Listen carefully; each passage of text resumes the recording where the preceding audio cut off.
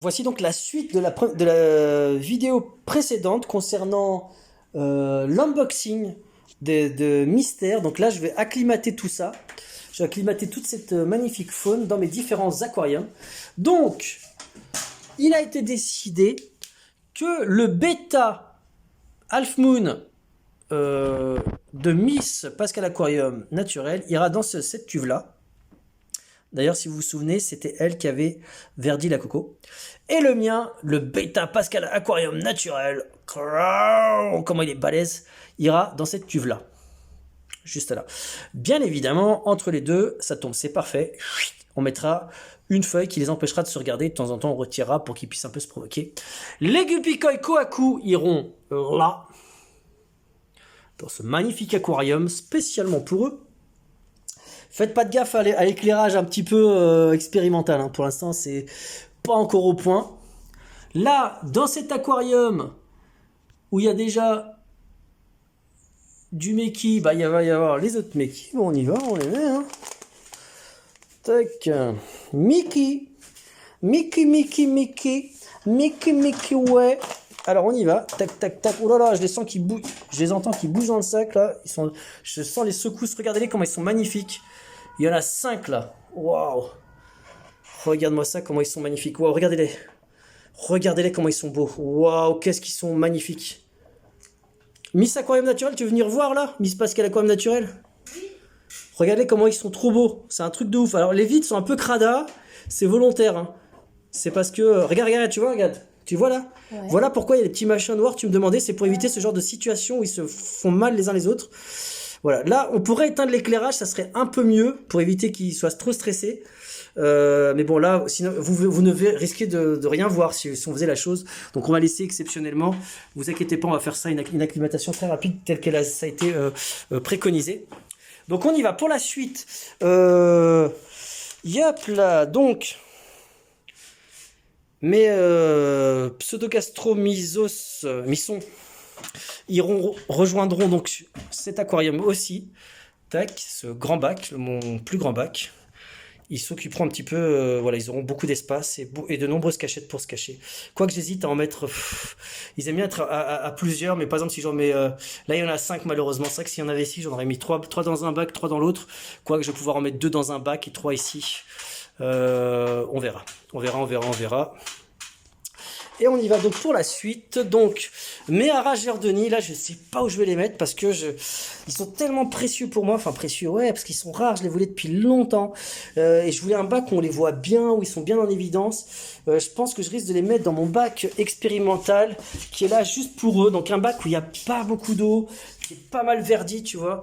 Alors là, il n'y a pas trop d'éclairage, donc on voit pas trop. Il y a de la racine pour qu'ils puissent s'accrocher dessus. Attends, je vais voir si je peux allumer l'éclairage. Constant, voilà, tac. Vous voyez, là, c'est un bac vraiment super balèze.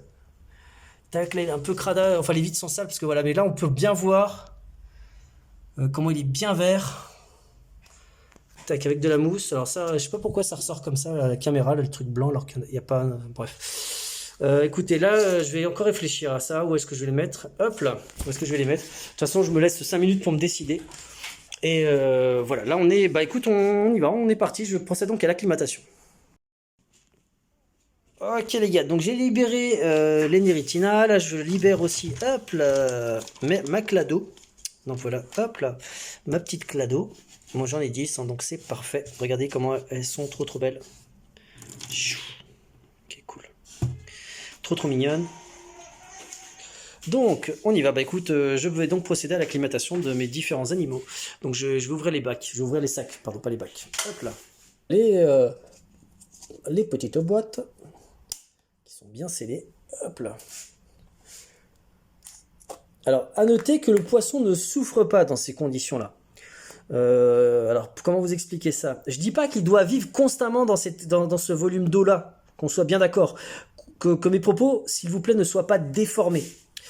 Le combattant respire principalement par ce qu'on appelle c'est un labyrinthidé. Donc, si tu voulais, au niveau de son cerveau, donc de son crâne, il y a un labyrinthe qui lui permet de s'oxygéner, donc même dans des quantités d'eau extrêmement petites. Dans la nature, les combattants peuvent passer de flaque d'eau en flaque d'eau. C'est pour ça que ce sont d'excellents sauteurs. Les espèces que nous avons sont sélectionnées. C'est pas vraiment les mêmes que dans la nature. Vous aurez peu de probabilité de trouver des combattants avec des voiles aussi longues. C'est clair et net. Néanmoins, comment dirais-je, ceux-ci conservent donc cette aptitude à se conserver, enfin à survivre dans des petits volumes d'eau. Donc, pour le transport, etc., vous pouvez tout à fait les laisser dans des petits volumes d'eau. Il n'y a pas de souci. Le poisson n'en souffrira pas. Il s'en accommodera, voilà, de par son fonctionnement, si vous voulez. Et là, hop là. Et là, regardez comment il est magnifique, ce Half Moon. Voilà. Donc, on va donc acclimater les poissons. Hop là, vous mettez un petit peu d'eau. Il faut le faire vite, hein. On va mettre... voilà. Tac, un petit peu là. On va éviter de faire des catastrophes. Et là, un petit peu là. Il faut faire gaffe à qu'il se fasse pas la malle. Ok, et donc maintenant les Guppy Koi Kohaku. Mes magnifiques Ara Gerdoni. Gerdonier. Hop là. Voilà. Mais les deux bêtas c'est fait, hop, hop, hop, on remonte. Ah là j'hésite encore à les diviser, oh là là là, j'arrive pas à me décider. Là on y va, hop là. Voilà, mais bon, ceux-là je vais tous les mettre là aussi. Hop là. Et voilà, vous répétez l'opération dans 5 minutes. Pour les escargots, il n'y a pas besoin d'attendre, donc on y va. Donc je prends les Neritina. Je vais les mettre dans certains bacs choisis. Hop là. Tac. Vous inquiétez pas. Tout va bien se passer.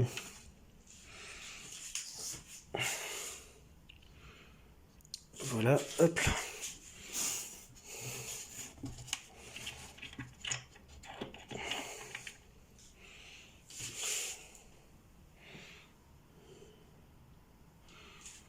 Voilà, vous inquiétez pas, ils se relèveront. Et donc, je vais donc procéder aussi à la mise en place. Hop là, de la clado. Ah. Je vais la mettre dans des endroits stratégiques. Tac, tac. Voilà.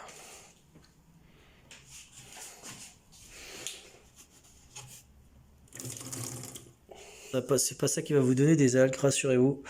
Hop là, moi j'aime bien les mettre dans les bacs à crevettes. Parce que ça fait des petits trucs un peu pour les crevettes pour qu'elles puissent s'alimenter. Voilà, hop là. Bon là, même si c'est pas un bac à crevettes. Là, 5 minutes se sont écoulées. On a rajouté, j'ai retiré de l'eau du présent petit gobelet ainsi que là. Et j'en ai rajouté aussi là. J'ai rajouté voilà, un petit peu d'eau dans chaque. Alors à noter ils étaient 6 finalement. Donc j'ai pu en mettre 3 là et 3 là. Donc là, c'est vraiment top. Ok les gars, le temps imparti est écoulé. Donc, hop là, pour tous les poissons, on va les mettre en eau. Donc, comment, juste petite suggestion, quel nom donneriez-vous à mon super combattant ainsi que celui de mon assistante? Comment est-ce que de ma super assistante, comment est-ce que vous l'appelleriez? Quel nom vous leur donneriez? Voilà, n'hésitez pas à écrire en commentaire vos avis. Alors on y va. Donc pour les déverser, donc j'ai décidé de le faire à l'épuisette. Vous pouvez le faire à la main. Donc en gros, tu le prends avec ta main délicatement, hop, et tu le mets dans l'eau. C'est une bonne technique. Ou sinon l'épuisette. Je pense que c'est mieux à la main, mais des fois je suis un peu maladroit. J'ai pas envie de leur faire de mal, donc je privilégie l'épuisette. Alors moi quand je regarde l'épuisette, vous avez deux parties, la partie avec les coutures et celle où elles y sont pas. Moi je la mets du côté où elles n'y sont pas. On renverse l'eau de transport, on évite de la mettre, hop là, on évite de la mettre dans le bac. Pourquoi? Parce que elle peut contenir des bactéries, enfin des trucs vraiment pas bons, des maladies ou autres, donc on y va. Donc là voilà, hop là, allez, on y va, rejoins ton environnement, vas-y mon pote. Hop là, vous voyez, là il est un peu coincé dedans, c'est pour ça que j'aime pas trop les épuisettes. Hop, surtout que là je suis en train de filmer en même temps, donc c'est pas facile. Hop là, allez, allez, allez, allez. Voilà, regardez-le, ça y est, il est sorti. Hop là, clac, regardez comment il est magnifique. Regardez-moi ce combattant, comment il est trop beau. Il est trop beau. Waouh! Donc là, les verres sont un peu sales. C'est normal, je projette de faire une vidéo sur le nettoyage des vitres. Voilà, on les prend. Donc pareil, même topo. Alors je vais renverser un petit peu d'eau. Hop là, et donc on les met dans l'eau. Hop là, voilà. 1, 2, 3. Et le quatrième, il veut pas venir. Et voilà le quatrième qui est sorti. Et les haras jardiniers sont là, vous voyez, dans pas beaucoup d'eau. Je prends l'épuisette. Voilà, ils sont tous descendus. Allez les gars, profitez de votre nouvelle maison.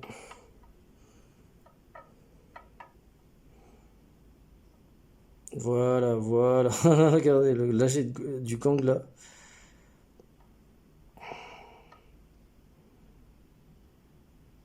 Hop, hop, il veut pas sortir lui. Voilà. C'est bon, est-ce qu'il y en a encore dans les filets? Non, c'est bon. Ils sont tous tombés. On vérifie toujours, hein, fais gaffe.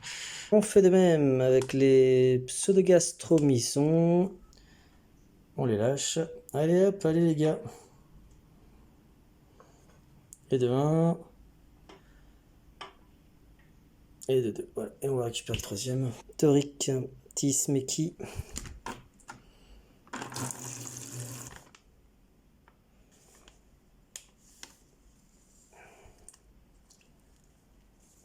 Voilà, on va les attraper un par un. Peut-être on va voir comment j'arrive à les avoir.